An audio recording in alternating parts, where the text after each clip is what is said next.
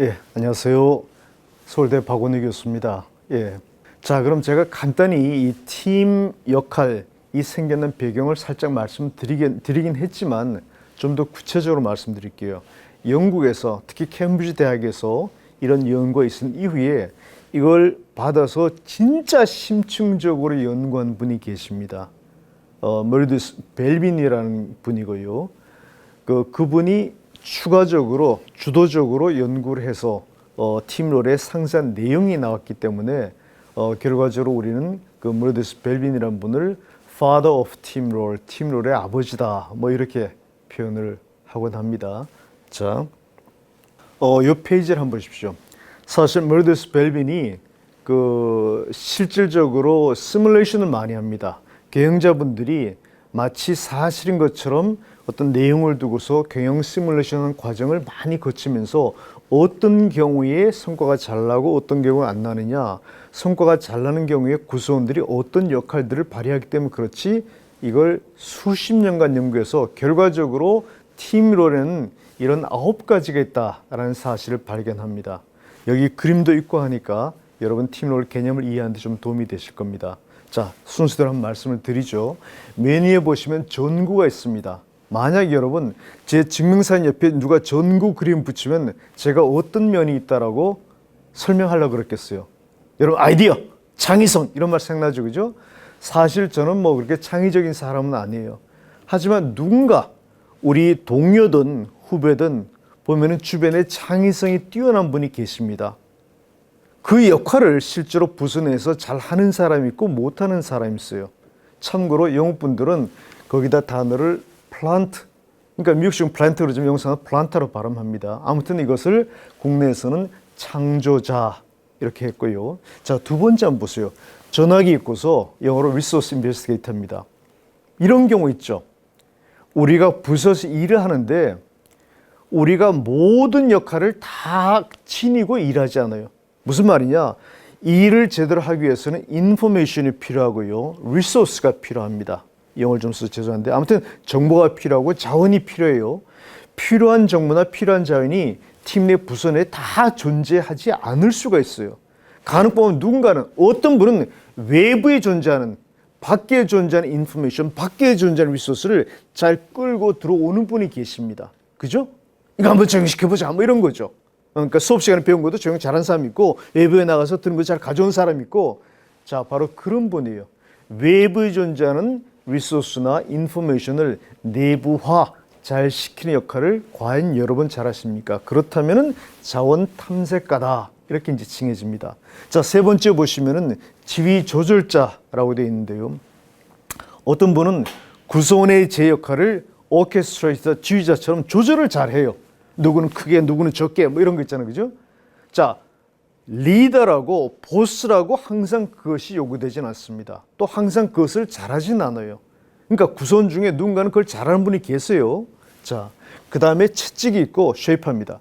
아이디어만은 뭐예요? 추진력이 없으면 안 되죠, 그죠? 우리 누구나 들은 이야기 있죠. 과거 정주영 회장 해봤어? 그죠? 이런 말 하는 것처럼 실제로 해야 됩니다. 밀고 나가는 힘이 있어야 되죠. 우리 부서, 구성원 중에 이 추진자 역할을 잘 발휘하는 역할이 요구됩니다. 누군가 있겠죠. 자, 그 다음 눈이 그려져 있고 냉전 판단, 선의 비판, 냉철 판단자예요. 혹은 냉철 판단 비판자입니다. 사실 우리 문화, 우리 동양 문화만이 아니에요. 서양도 마찬가지예요. 비판자 역할을 좋아하는 사람 없어요. 하지만 냉정하게 따지면은 선의의 비판, 판단을 바탕으로 내부, 그죠? 문제 지적이 있을 필요가 있습니다. 예, 그런 사람 반드시 싫어할 필요는 없죠. 자, 그 다음 불의주정자. 가끔 그런 분 계시죠. 누가 오면 재밌다. 그죠? 분위기 살린다. 그죠? 과연 그런 역할 여러분 잘 하세요? 라는 이야기입니다. 자, 그 다음에 실행자예요.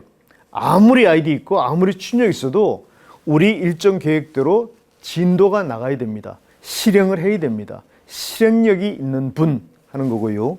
그 다음 완결자입니다. 설령 추진력 있고 설령 실행해도 끝에 와서 흐지부지 되면 안 되죠. 그죠? 뭔가 마무리, 뭐 일본말로 단도리 그럽니까? 아무튼 마무리 정리정돈 이걸 잘하는 역할도 필요하고요. 자, 드디어 9번째 전문가 스페셜리스트입니다. 그 부서, 분야의 일이 잘 되게 하는 전문성 활용, 이런 겁니다. 한 20년간 연구해 봤더니 팀 역할에는 이런 9가지가 있더라라는 사실이 발견되고요. 과연 여러분께서는 이 중에 어떤 것을 잘 하세요? 이미 국내에서 많이 쓰였습니다. 나중에 제가 좀 안내드리겠지만요. 제가 조사를 해봤더니, 진단을 해봤더니 어떤 한국 분은 동시에 이 중에서 5가지 하는 분도 계세요. 엄청난 분이죠. 보통 우리가 이 중에서 2개, 3개 정도는 잘하고요. 또 2, 3개 정도는 열심히 하면 할 수도 있고, 또 어떤 경우는 2, 3개는 아무리 발휘하고 싶어도 죽었다 깨어나도 그야말로 발휘 못하는 것도 있습니다. 그렇게 세 영역으로 구분해서 나중에 분석이 이루어집니다. 근데 여기서 한마디 제가 드리고 팀 역할에 대한 설명을 마무리하겠습니다. 팀 역할 종류에 대한 설명 마무리할 텐데, 이런 설명을 드리면 바로 여러분 같은 분, 교육계, 그죠? HRD 쪽에 계신 분들은 들으신 다음에 이런 질문해요. 박 교수님, 그거 뭐 MBTI 비슷한 거 아닙니까? 뭐 퍼스널리티 타입, 뭐 성격 유형 아닙니까? 라는 질문을 과거 한 20년 전에 이 내용을 처음 소개할 때 참 많이 들었습니다. 아니요! 라는 말씀을 드립니다. 이렇게 오른쪽에 쓰여진 내용을 바탕으로 제가 부가 설명드리겠습니다. 지난 20세기엔요, 학계나 업계에서나 성격 검사를 굉장히 중요해요. 물론 아직도 지금 대한민국 사회에서는 과도하게 미디어에서 뭐 MBTI 유행이 어떻고 연예인들이 어떻고 막 광분하는데 좀 심하죠. 자, 물론 MBTI로 대표되는 성격 유형은 참 활용해서 좋은 점이 많이 있습니다. 하지만 우리가 왜 그걸 따져요? 미래 구선 행동이 어떨지 우리가 지금 예측이 안 돼요. 미래의 행동이. 그러니까 그 사람의 성격을 정확히, 유형을 정확히 알면은 미로 그 사람의 미래 행동이 짐작이 되니까, 그죠? 배우자 될 사람의 성격 유형 또는 직원 될 사람의 성격 유형, 이런 거 우리가 참고를 하는 거예요. 왜? 우리 성격 유형에 따라서 어떤 식으로 행동할 가능성이 많기 때문에 그래요. 근데 그건 가능성입니다.